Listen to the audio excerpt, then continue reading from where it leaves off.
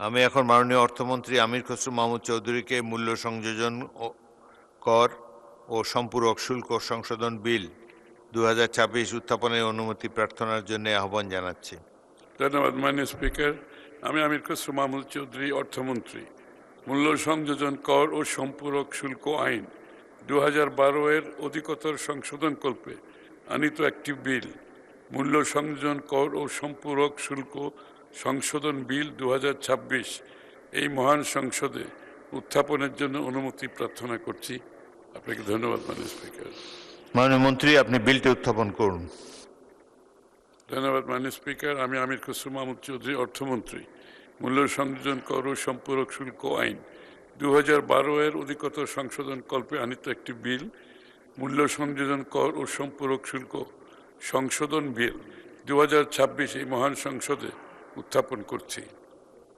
ধন্যবাদ মাননীয় স্পিকার। মূল্য সংযোজন কর ও সম্পূরক শুল্ক সংশোধন বিল 2026 সংসদে উত্থাপিত হলো।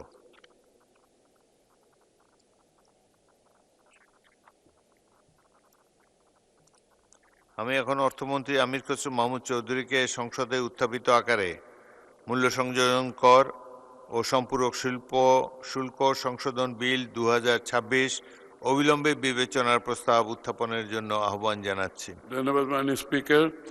আমি আমির খসরু মাহমুদ চৌধুরী অর্থমন্ত্রী প্রস্তাব করছি যে মূল্য সংযোজন কর ও সম্পূরক শুল্ক আইন 2012 এর অধিকতর সংশোধনকল্পে আনিত বিলটি মূল্য সংযোজন কর ও সম্পূরক শুল্ক সংশোধন বিল 2026 মহান সংসদে অবিলম্বে বিবেচনার জন্য গ্রহণ করা হোক। ধন্যবাদ মাননীয় স্পিকার।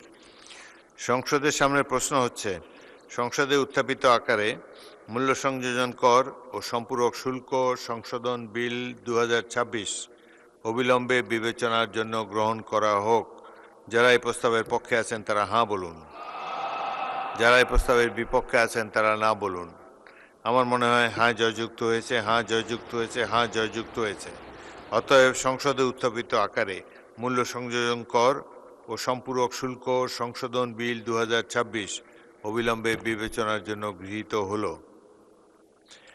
মাননীয় সদস্যবৃন্দ, বিলটির উপর দফাওয়ারি কোনো সংশোধনী নেই। আমি এখন বিলের দফাগুলো সংসদের সামনে পেশ করছি। সংসদের সামনে প্রশ্ন হচ্ছে, বিলের দফা 2, 3, 4, 5 এই বিলের অংশ হিসাবে গ্রহণ করা হোক। যারা এই প্রস্তাবের পক্ষে আছেন তারা হাঁ বলুন, যারা এই প্রস্তাবের বিপক্ষে আছেন তারা না বলুন। আমার মনে হয় হাঁ জয়যুক্ত হয়েছে, হাঁ জয়যুক্ত হয়েছে, হাঁ জয়যুক্ত হয়েছে। অতএব বিলের দফা 2, 3, 4 ও 5 এই বিলের অংশ হিসাবে গৃহীত হল। সংসদের সামনে প্রশ্ন হচ্ছে, বিলের 1 দফা, বলবৎকরণ দফা, প্রস্তাবনা, প্রবর্তন এবং শিরোনামা এই বিলের অংশ হিসাবে গ্রহণ করা হোক। যারা এই প্রস্তাবের পক্ষে আছেন তারা হাঁ বলুন, যারা এই প্রস্তাবের বিপক্ষে আছেন তারা না বলুন। আমার মনে হয় হাঁ জয়যুক্ত হয়েছে, হাঁ জয়যুক্ত হয়েছে, হাঁ জয়যুক্ত হয়েছে।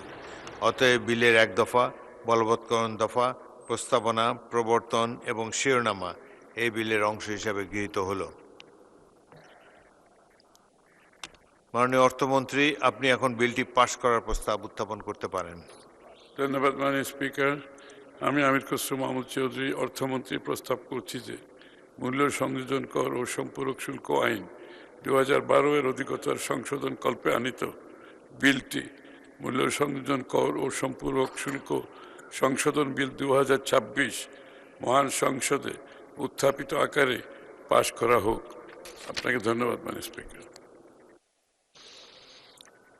সংসদের সামনে প্রশ্ন হচ্ছে, সংসদে উত্থাপিত আকারে মূল্য সংযোজন কর ও সম্পূরক শুল্ক সংশোধন বিল 2026 পাশ করা হোক। যারা এই প্রস্তাবের পক্ষে আছেন তারা হাঁ বলুন, যারা এই প্রস্তাবের বিপক্ষে আছেন তারা না বলুন। আমার মনে হয় হাঁ জয়যুক্ত হয়েছে, হাঁ জয়যুক্ত হয়েছে, হাঁ জয়যুক্ত হয়েছে। অতএব সংসদে উত্থাপিত আকারে মূল্য সংযোজন কর ও সম্পূরক শুল্ক সংশোধন বিল 2026 সর্বসম্মতিক্রমে পাশ হলো।